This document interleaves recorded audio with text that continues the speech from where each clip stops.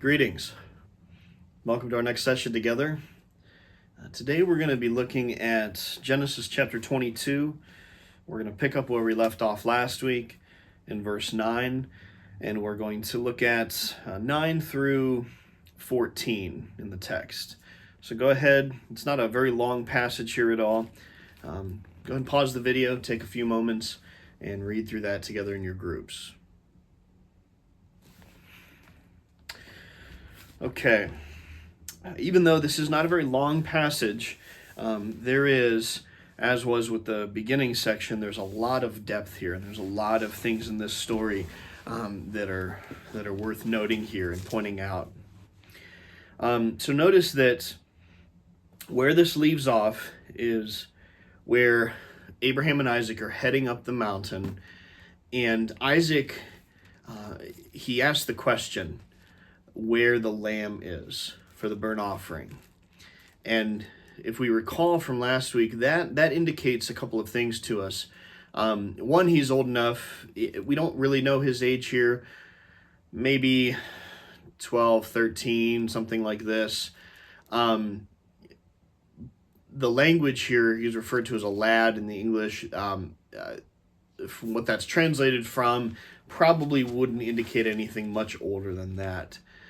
But he is old enough to kind of reason. He's old enough to see that, hey, I see the elements here for sacrifice, which means that this is not the first time that he has done this, likely. He knows what a sacrifice is. He knows what it entails. And he's noticing that there is lacking the most important part of this offering, and that is the lamb. And so he asks his father, he asks Abraham, where is the lamb for the burnt offering? To which he replies, quite literally, he replies, God will provide himself a lamb. And we talked about the significance of that and how that is stated that way for a reason, because it could be taken a couple different ways, and maybe it ought to be taken both of those ways. Now, this, of course, shows a tremendous amount of faith by Abraham. And what I mean by that is that Abraham does not know exactly how this is going to pan out. He does, however, know that in order for God's word to be true, Isaac must live. He must. And so there's a couple of things in tension here that we talked about in more depth last week, but let's see how this story plays out. In verse 9, it says, they came to the place which God had told him of. Now, if you notice, initially, God did not give him a specific place.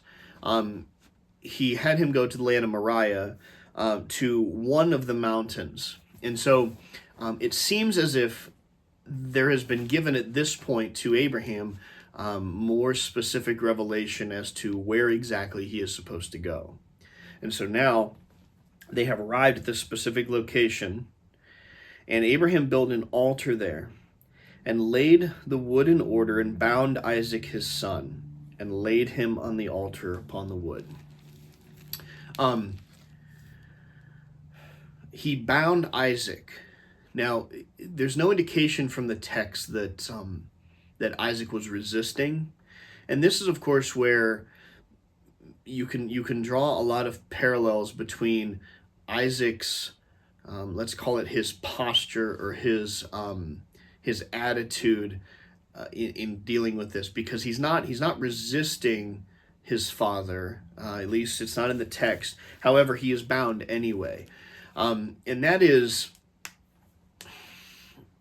if you can imagine that process, of Abraham binding the hands of his son, maybe binding his feet as well. At that moment, Isaac, there would have been no question as to what was happening in his mind. And at this moment, he is becoming the sacrifice in this picture.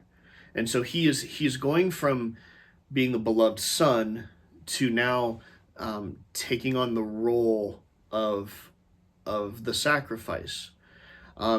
However, he's not resisting it. He's sort of accepting this from his father, and that is, of course, that shouts Jesus in the way, and there's several prophecies of this. He did not, Jesus did not resist in his arrest, in his execution. He even indicated, when he was arrested, and Peter, of course, drew his sword to defend him and cut off Malchus's ear, to which Jesus had to put back on, which would have been quite a thing to see and to experience. But Jesus informs Peter that he could have at that moment summoned 12 legions of angels to come and defend him. So it wasn't a lack of resources. It wasn't a lack of defense. It wasn't a lack of strength or power. It was a resolve, and it was a choice that Jesus had made. And here, on a smaller scale, that Isaac is coming to terms with as well. That this is going to go ahead, and he is going to trust God. He is going to trust his father in this sacrifice. And so it goes on here. And Abraham stretched forth his hand and took the knife to slay his son. Okay, so this shows Abraham is committed to this. There's no indication here that he was, think of it this way. He wasn't doing this. He wasn't saying, okay, God, I've got the knife out now. I've already bound my son. I'm gonna do it. That wasn't what he was doing. He wasn't, it seems like he was fully committed to this process. And so he begins the process of about to take the life of his son here. And it says, an angel of the Lord called unto him out of heaven and said, Abraham, Abraham. And he said, here I am. Now, a couple things here. The angel of the Lord, this is usually language speaking of a pre-incarnate Christ, a pre-incarnate Jesus. Okay, and I believe that this is the case, and we're going to see from the text that this seems to be the case. He calls out. Why does he say his name twice? Abraham, Abraham. Well, this was, in Hebrew, they didn't have things like exclamation points, and so in order to emphasize something, it would just be repeated. And so this is sort of a very intense cry out to absolutely capture the attention of Abraham at a very critical moment.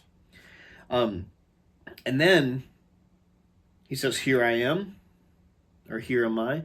And he said, lay not thy hand upon the lad, neither do thou anything to him.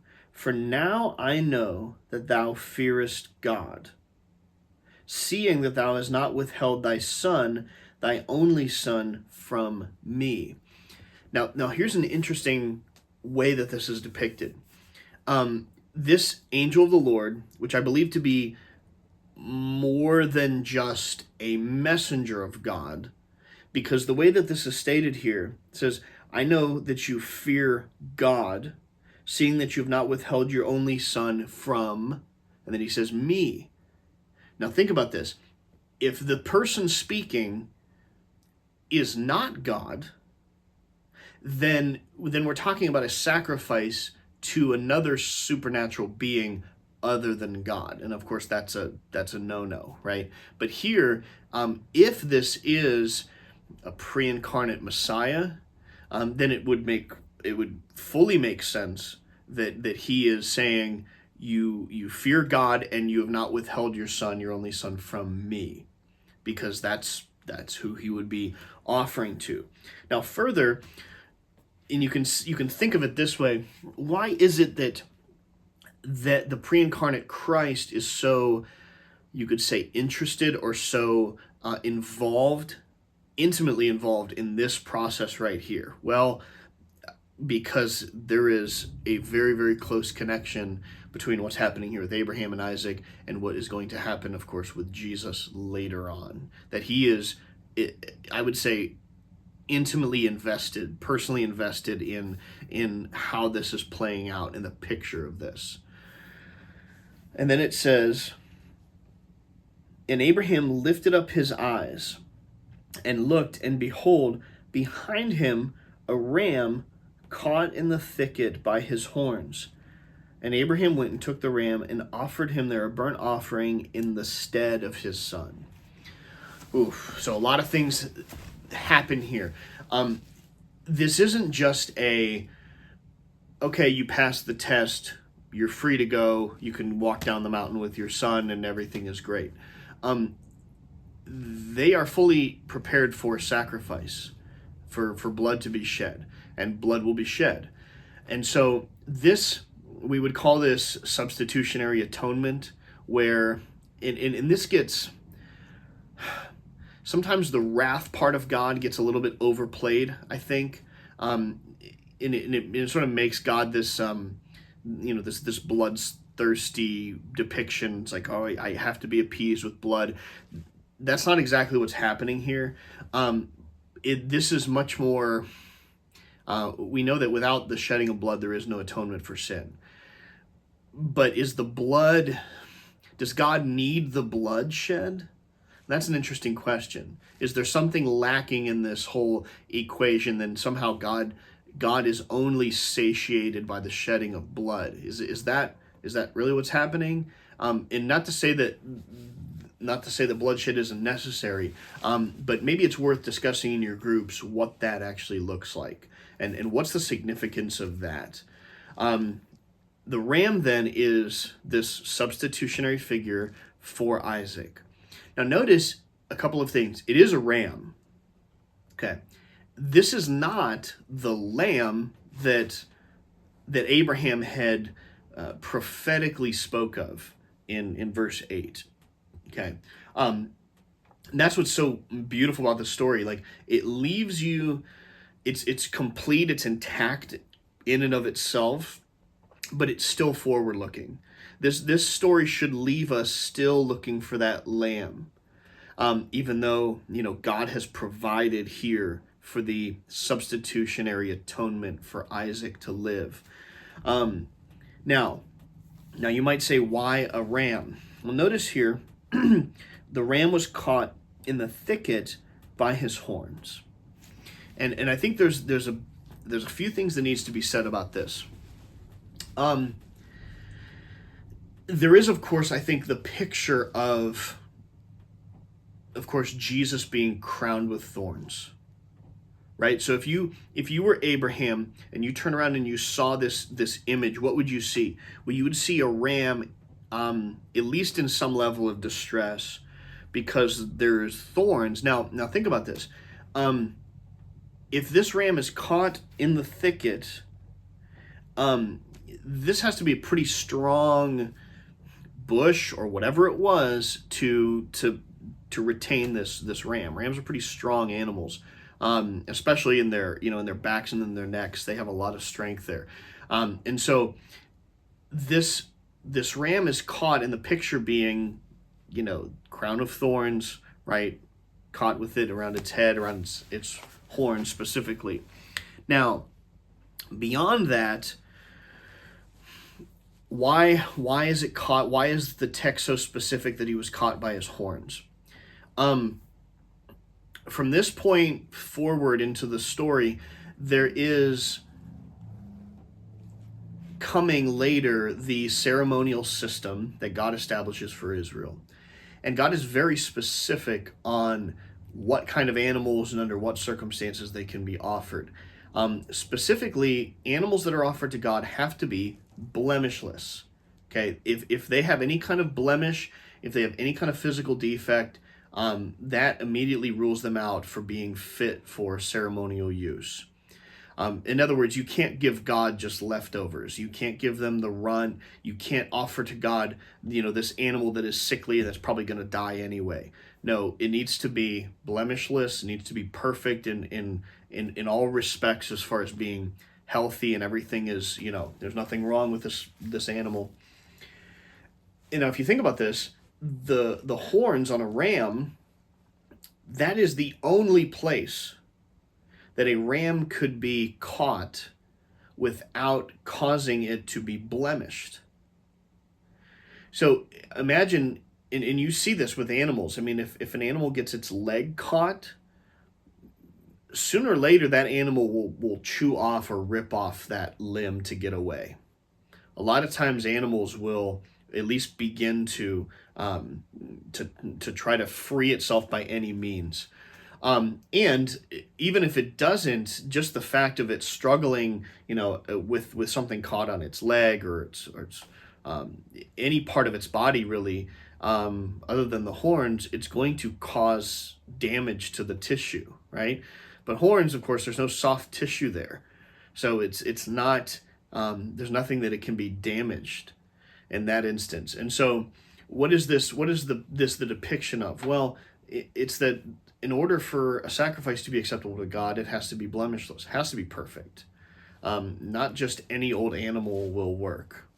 And so God then is providing this animal for Abraham to sacrifice in the stead of his son. And that's exactly what he sees. And then in verse 14, I'm going to read this again. This is out of the King James, and I'm going to read it as it states here, and then I'm going to say a few things about this.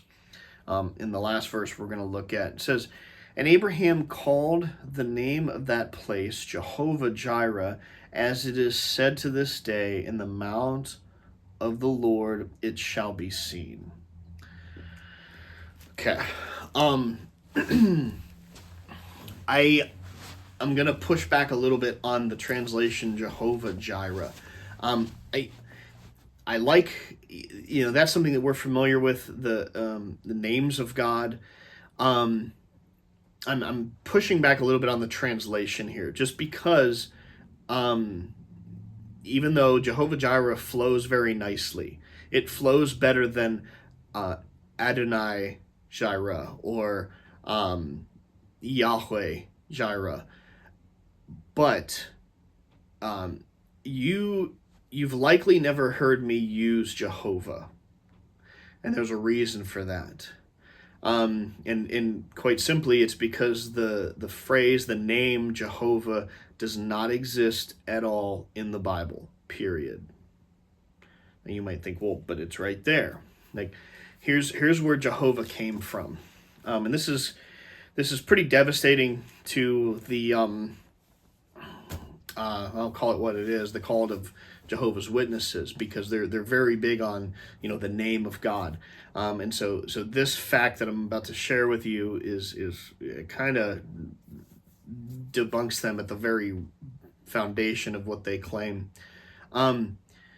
So during we'll go way back. It didn't take very long in the Hebrew text for the Hebrew scribes and translators to not use the personal covenant name of God, which is Yahweh. It's actually just 4 letters, Yod-He-Vav-He, or YHWH for the English transliteration, but there is no vowels in the Hebrew language. And so what Hebrew scribes would do when they would come to this name, first of all, they had all kinds of sort of ritualistic practices of washing and even trading the duties of copying, so that they wouldn't all copy the same letter. And they would do that because of this word. This word is so holy that it cannot be uttered. You just wouldn't say it. The Jews would not say it. And so later on, they would simply use, in its place, they would use the word or the name Hashem, which just it literally means the name. But they're getting at, like, this is the name that we don't say, right? The ineffable name of God. And so what they would do, though, in translation was, since there were no vowels, they would take the vowels that were present in the Hebrew word Adonai, or the rendering of Adonai, the vowel sounds, and they would interpose them into Yahweh, right? So when you do that, you get what is kind of Yehovah, and that was just for the translators, that was a way to designate, like, this is the name, but we don't say it. And so now that was Hebrew scholars way back. Then fast forward to the I think it was like 12th, 13th century. You have maybe a little later, 13th, 14th century and onward. You have translators translating this, and they take that what's called the tetragrammaton, the four letters with the interposed vowel sounds, and they took it as a whole, and they thought, oh, this is like the name of God. It's like, well, it's the indicator of the name of God, but it was not his name. And so they would literally render that, and what they came up with is Yehovah or Jehovah. And so then there were some groups that really ran with this, the Jehovah's Witnesses, and they say, oh, this is the name of God. And it's like, yeah, it's a copyist mistake. Because they didn't understand, the translators didn't understand what the Jews were doing in writing that. And so it's in this passage, I'm saying all that to say, I think words matter. How I would render this would be Yahweh. Again, we don't know how to say the name, right? But this is the ineffable name of God, provider. He is Lord provider. He is Yahweh provider. And that's the whole point of this, that Abraham sort of gives this name to God, recognizing that he provides. And on the practical side, that's a truly magnificent reality of the God that we serve. That he knows our needs. He knows everything that we actually deeply require, that we must have, and he looks to those things, to those needs, and he provides. Now this is on the one hand, of course, ultimately he is providing himself, right? This is forward looking to the gospel, forward looking to the incarnation, and that is what we need. On the practical, that's on the one end, that is absolutely all in what we need. But God also looks out for the basic needs that we have, food, shelter, water, these things that for those who trust in him, God provides. There's been several times in my life where especially early on being married, where you have to really trust that God is going to provide for your needs, and you do your best, you're faithful, and he comes through, and he does. He always does. Might not be the way we expect, or might not be the timing that we think we need, but he always provides everything. And so for our spiritual needs, he provides, and for our physical needs, God is provider, and he can be trusted. We don't have to hedge our bets with him. Just like Abraham didn't hedge his bets, he put it all on the line, and he was willing to give up what was most precious to him, because he knew ultimately that what is most precious to him and what needs to be most precious to him is God himself only. And when we put him first, everything else will follow. So again, thank you. I will continue to be in prayer for you during your studies, and I wish you well.